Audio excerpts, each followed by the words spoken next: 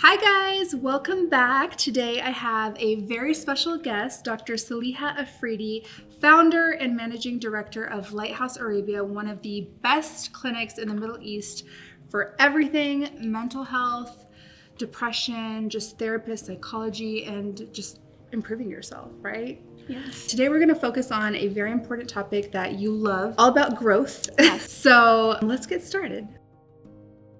Self-awareness and self-growth are one and the same. Yeah, no, absolutely. And I totally relate to that. Growing without self-awareness. I think of my 20s. I was doing so much and I didn't even know why I was doing it. Yes. And of course, when you grow without, having the awareness of something you want, you're later like really unsatisfied. Yeah. And you're like, why am I not happy if I'm achieving so much? But it's like you don't have that awareness of like, is this the direction I want to be in?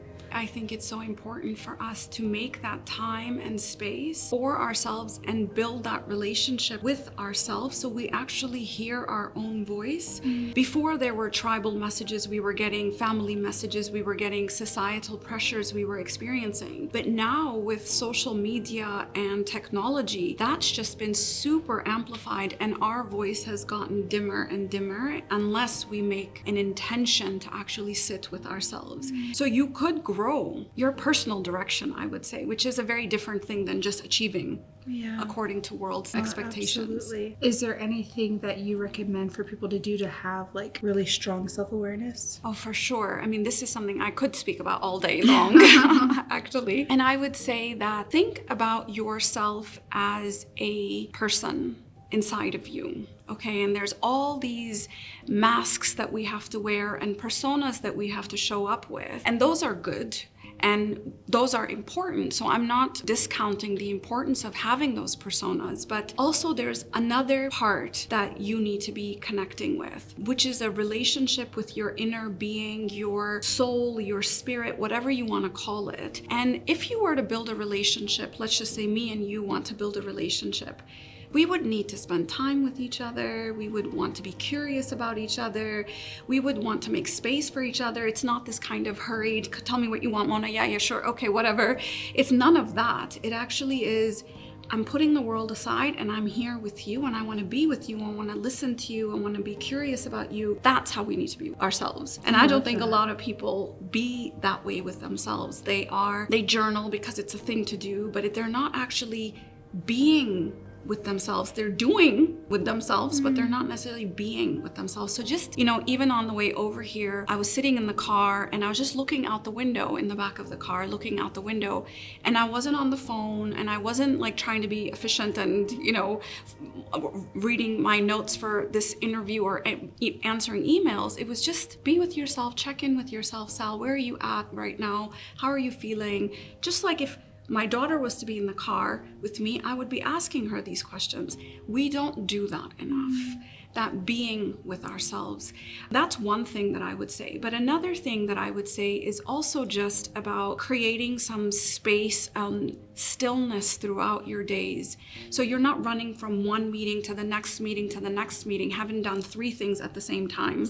I know. I'm like, oh no. Where you just sort of look out the window for a little while and do some deep breathing. And meditation is an important part. You cannot have self-awareness or authentic growth, let's just say, without having a practice of meditation, because that really builds the observer self. And then you really can catch yourself when you're not acting like yourself. I can really say, okay, you know what?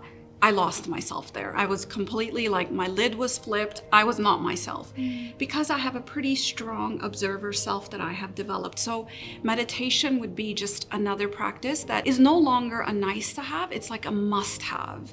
And if you can't still yourself for 5 minutes and do deep breathing, like self-growth and self-awareness are probably not.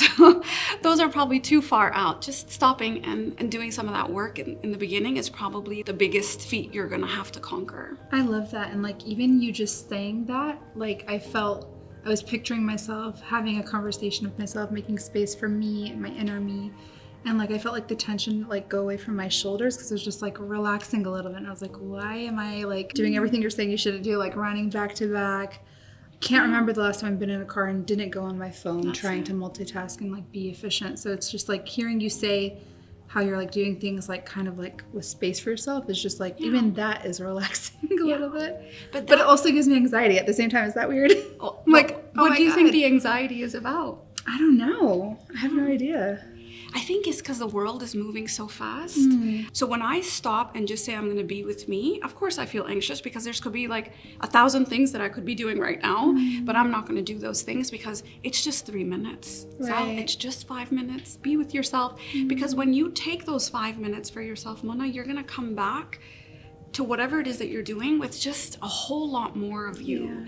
And just a lightness of being that you wouldn't have if you carry all of that stuff with you all the time, all day long. And it's in these transition moments that we can actually connect with ourselves and make an intention. So if I have this meeting, then I'm going to take 3 minutes and be with myself. Then I'm going to have another meeting and take 3 minutes and be with myself. So it's not like you need to go away for like a 2-week retreat for self-awareness or, a relationship with yourself. It's in these moments of connecting that we meet with ourselves with love and compassion. Then that part of ourselves actually speaks up loud. And then when I'm doing something that is not part of my growth or self-development plan, that part is super loud and saying, you're on the wrong path. You need to shift gears here and move into something different. So self-growth actually becomes authentic. It becomes from the inside out rather than the outside in. I love that. That's such great advice. And yeah, I think even if like people can meet, like if we can all just take 2 to 3 minutes, then you don't have to stress yourself out about it because it's like everybody has 2 to 3 minutes to spare. Yeah. Yeah, no, I love that. That's amazing advice. Well, thank you so much, Dr. Saliha, guys. Make sure you check her out. Give her lots of love. Give her lots of heart emojis and check them out, especially if you're interested in mental health, wellness, just improving yourself. It's a great starting point, and the journey it's very long. It never ends, and you can never start too early or too late. So no matter how old you are, how young you are, get started. Yeah. Thank you. Thank you so much. Bye.